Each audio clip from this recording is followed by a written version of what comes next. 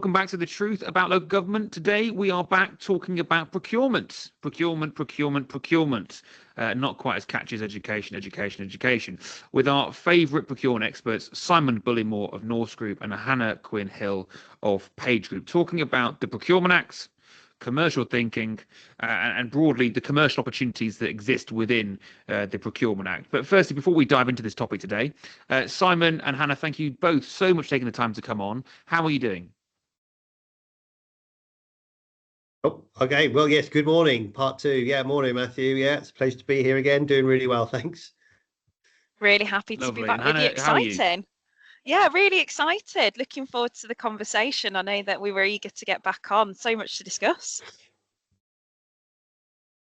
So Simon, first thing from you, what was the initial reaction to the Procurement Act in 2023 within the Norse Group and the local authority sector? How did you feel it was received? I mean, to be honest, from our point of view, it was received a little bit woolly because what it means for the Norse Group is that we are having to reshape our group. So the biggest thing, or one of the things that got missed out from the Procurement Act was all the changes in what we call TECL. I'm not going to bore everyone with what TECL is, but we are a local authority trading company and we operate under the rules of TECL. So when the initial Procurement Act came out, it did forget about TECL. So it was actually met with a bit of concern, and it was met with concern from others. So initially, supply chain aside, the fact that we would have to reshape our group a little bit in order to adhere to the Procurement Act meant that originally it was met with a bit of fear. But now we are reshaping the group and we've got stuck into the supply chain side of it. I think people can see the benefit of it, and I keep harping on about the benefits of it as well. So we're in a better position now than we were. And again, with that, Hannah, coming to you here, I mean, in terms of how you've seen it across the whole, do you think the Procurement Act has been received across the sector in a positive way, or do you still think there is that feeling of fear around actually how it's best optimised and utilised? It's a really interesting point, that, and I think it depends on what level you're reviewing it. So I think that the Procurement Act has been a hot topic for quite a while now, a couple of years, Procurement Act 23, but actually we should probably call it Procurement Act 25 because it's taken that long to come. And I think that there's a lot of people in public sector and local authority outside the immediate procurement network that don't understand the risk and potential risk if you don't do it properly, but a big commercial difference this could make, and so they haven't actioned it in a really proactive manner outside the procurement team. The stakeholders haven't been engaged for whatever reason. One of the things that I really like about the work you've done, Simon, in particular, and it's on your Norse website, is the papers that you've written, the way you've broken the Procurement Act down and the commercial opportunities that it brings, that have almost, yes, the fear factor is important because we need to get it right. So where there isn't a huge commercial risk, we don't want to be in trouble if we're audited, but you've made it exciting, you've made it accessible to your stakeholders.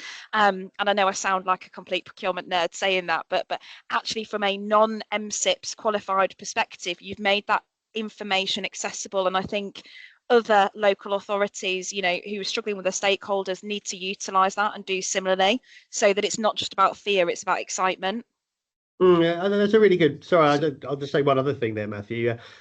Thank you, Hannah. That's really kind. And yeah, I think when you simplify it, it isn't anything to worry about. But it was extraordinary to see just how busy the find a tender service and the OJU, things like that, became. With all these people panicking to get their procurements out before the Procurement Act started in October. We all know it's now going to be February. So yeah, it's interesting when you see that there is a bit of a panic about it, which is unnecessary, I generally believe. I mean, with that, Simon, for those that are listening who run procurement departments or, have oversight of the entire organisation, what advice do you give to them about how you take the panic out of the changes and actually see it as a positive? Well, I think there's a wealth of information out there. There's things like this going all the while. There's a huge amount of support being offered by the Cabinet Office. You've only got to go on gov.uk, register your interest. Like with any legislation, if you've got concerns about any legislation, you can register your interest in it and will regularly get updates about any changes.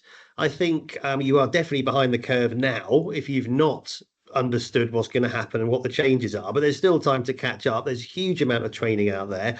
My advice would be, if anyone isn't sort of engaged now, would be there's still time and there's still a lot of resource. They could email me, they could email Hannah, or anything like that, and we could point them in the right direction, because there is a huge amount of training. And that's why when you hear how the Procurement Act has gone back to February, disappointed, then you hear rumours, it might be kicked further into because Labour are not into it, all those different things. I think if you speak to someone in the Cabinet Office, they'll tell you it's definitely going to happen in February. So my advice would be is just to not put your head in the sand, bring it out, and there's a lot of information available. Look on the North Group website, look on the Gov website, the Cabinet Office.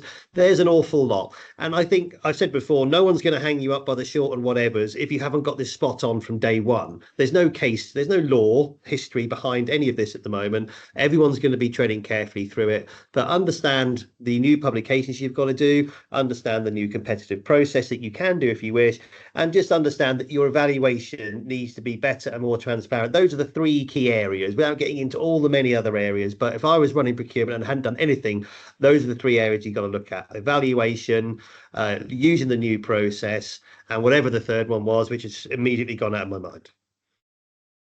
So what new commercial opportunities does the Procurement Act present for Norse Group and for similar local authority trading companies in England? Well, what we would be saying to our clients is quite simply that we can procure for you, not in just a black and white point of view, an open, best lowest price wins. We don't do that anymore. If you as a client and a council have got a real sustainability agenda, a social agenda where you want to drive innovation, you want to bring down your modern day slavery exposure, all these different things, that's what the Procurement Act allows you to do. It turns a public sector procurement team into a commercial thinking procurement team. Yeah, it gives you the opportunity to look at all the different aspects of a procurement. You can do site visits, you can have stages of negotiation, you can do all of these things. And that's the biggest change. And that's what I harp on about a lot, because I think it still is being underplayed. The new competitive flexible procedure is not being promoted as well as it can be. It just puts you into a whole new area. Anna?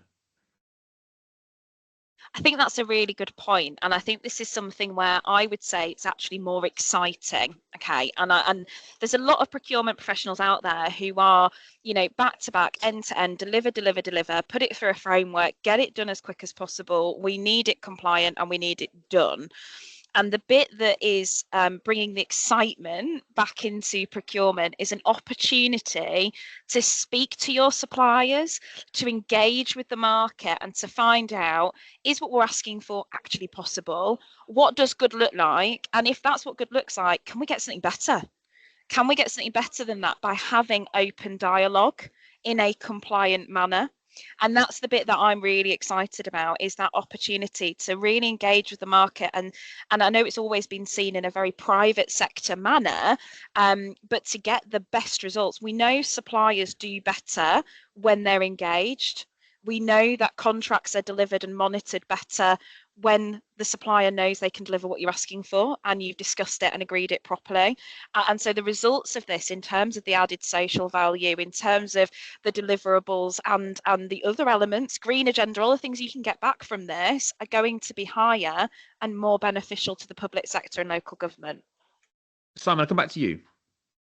Yeah, just quickly. I mean, Hannah, again, has made a fantastic point. I didn't really even mention pre-market engagement, but you can see the things that have gone wrong in the past in government procurement are badly written tenders, not asking the right questions, not understanding the market. So pre-market engagement, as Hannah correctly talks about, is a big step forward, because it's your chance to go out there and say to these guys, how should our tender look? How do we get the best out of you guys? And things like that. So pre-market engagement, as Hannah alludes to, is massive. I think the thing for me is that it's all the context there. So we've got more and more councils in financial distress. And yes, the Procurement Act is a fantastic step forward in so many ways. But my not a concern, I'm curious to see how this plays out in terms of how you achieve social value alongside trying to get best value for money, and about how that will evolve, and how, yes, it might not be the cheapest, but there is no getting away from the fact that we need to save money where we can. So I guess with that point, I'll open it up to both Simon and Hannah. What do you see the kind of the evolutionary next steps with this procurement act once it comes in reference to that balancing act between social value being achieved and having a cost-effective procurement function? Well, I mean, I'm happy just to give an opinion. I think we touched upon this in part in our first one, and that there is still a crossover. It's all very well promoting all this social wisdom and all these opportunities, but have councils got the budgets to say, well, I'll buy the widget. I think we used the widget, didn't we, Hannah? I'll pay 80p for the widget because it's socially fantastic and all that, or I'll pay 50p for the widget because it's the best price. And council straps will still go 50p. Whether it's environmentally friendly and all those different things. So it does cross over, but you see a lot of things crossing over. We're supposed to engage SMEs an awful lot more. The Procurement Act says do this, do that, but yet the recent budget murders SMEs. So it's a bizarre situation. And can we deliver all the social value we can? Give us the resource and make the money available as well to pay that little bit extra for tenders that come in, which are socially friendly, sustainability friendly, but the unit price of the service or the product might be a little bit more. That's the clash. Yeah, I totally agree. And I think where it comes down to, in my mind, is it comes down to the commitment of the organisation and the stakeholders as to what is the priority. Okay, so you have organisations where cost improvement programmes are strangling them. You know, they're in huge deficit. We've seen it with local authorities. We've seen it with other wider public sector, and cost improvement SIPS programmes come first. Procurement and where it's moving to and the opportunities with this act is that it's not just a cost improvement resource. It's not just about getting the lowest cost. It's about having an ability to attribute financial value to social delivery. What's the impact in your community and how is that being affected? I also think that pre-engagement with suppliers is a really good element to this as well, because you can speak to your supplier and say, we're really tight, we've got this set budget. Do you think it's physically possible to provide this within a budget like that? Do you think there's an opportunity for there to be added value? You know, what could we expect from the market as a review? And you will get an honest response. You know, either yes, we could meet that budget and we would submit a tender and all those other kinds of things, or you know, actually no, we need to, you know, you need to relook at the parameters of what you need. And reevaluate that, and so it gives you the ability to get all those added extras for social value that you wouldn't get if you didn't engage beforehand. For me, this is a classic situation, though, where you're looking at the theoretical concept versus the reality on the field. And for me, there needs to be a greater level of honesty and integrity at that front end of conversations. You know, we can't keep having a race to the bottom. We see it in the main contractor market. We've seen it within facilities management, people undercutting until it doesn't become profitably viable and business operations become risky. However, you've then got organisations who, it's not their fault, basically hiding costs within the work they're doing because they have to have that much profitability. I'd love to see it where we don't have to hide. You know, you say, look, we need to make 12% profit on this for it to be commercially viable for us.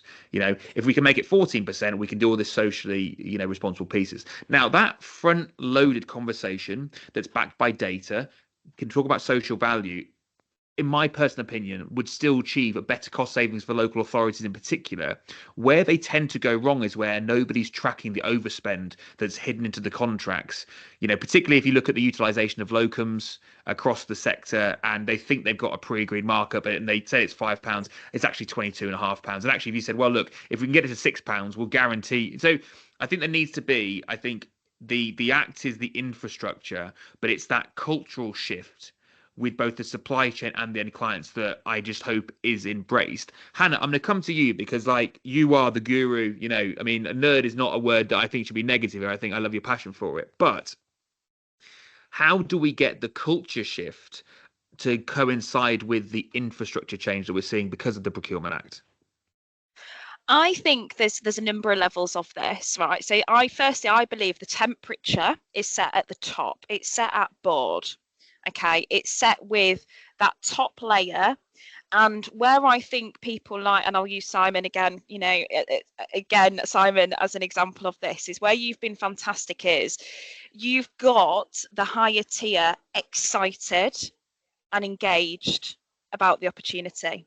So I think it comes from the attitude of the conversation. It's, oh my gosh, look what we're going to be able to do.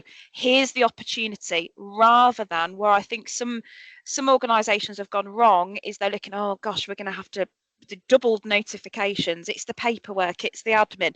They're focused on the wrong areas. Where you need to focus is the opportunity. We're going to get more from our contracts because we're going to manage the contracts better. We're going to have actual deliverable KPIs that deliver more. Your stakeholders are going to be more engaged on those contracts. They're not just going to be coming with problems. They're going to have real relationships with the suppliers. It's about partnerships and delivery. And yes, there is some administration because there has to be. These are legal contracts. There's always going to be administration. That's unavoidable. But if people approached it with the right attitude, the right language, and the temperature was set at the top through education in the right manner, managing upwards with that excitement, then I think the overall attitude to this change would be much better. I don't know if you would agree with that, Simon. I'm hoping that I hit the nail on the head for you there as well.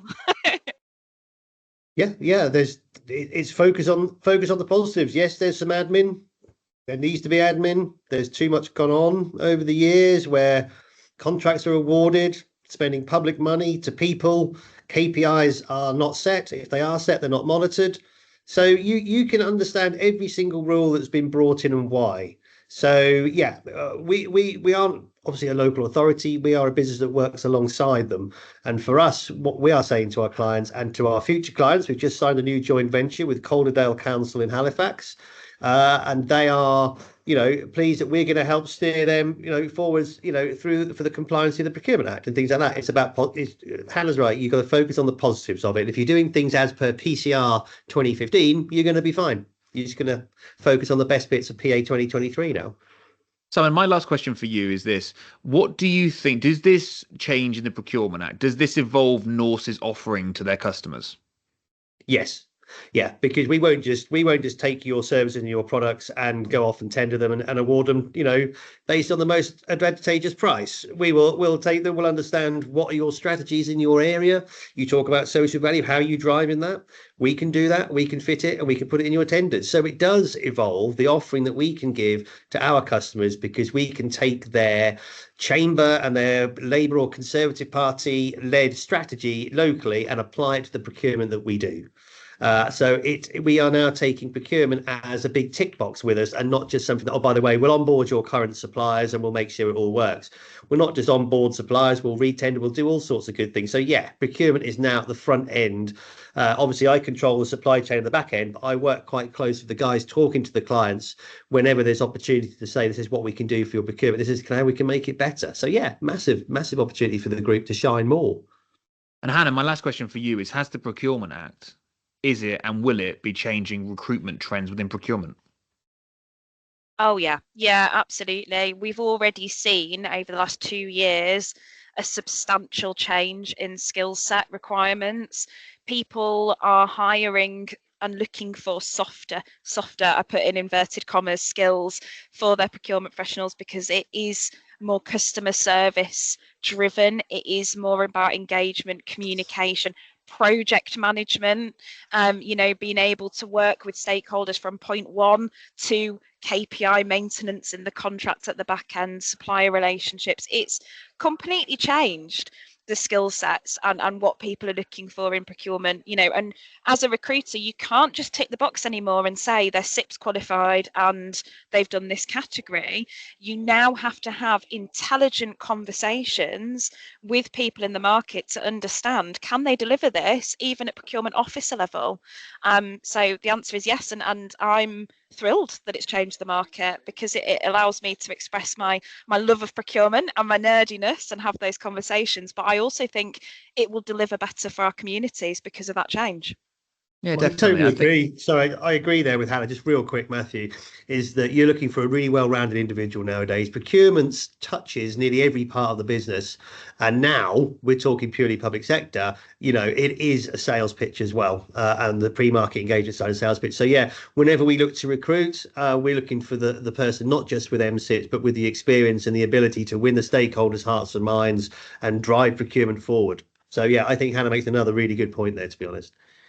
Definitely. Well, it remains to be seen on the next episode of this interesting series is how you get your team ready, because there are changes coming afoot and clearly different skills that are needed. And is the sector ready? Does the sector have those skills, and how do they develop those skills?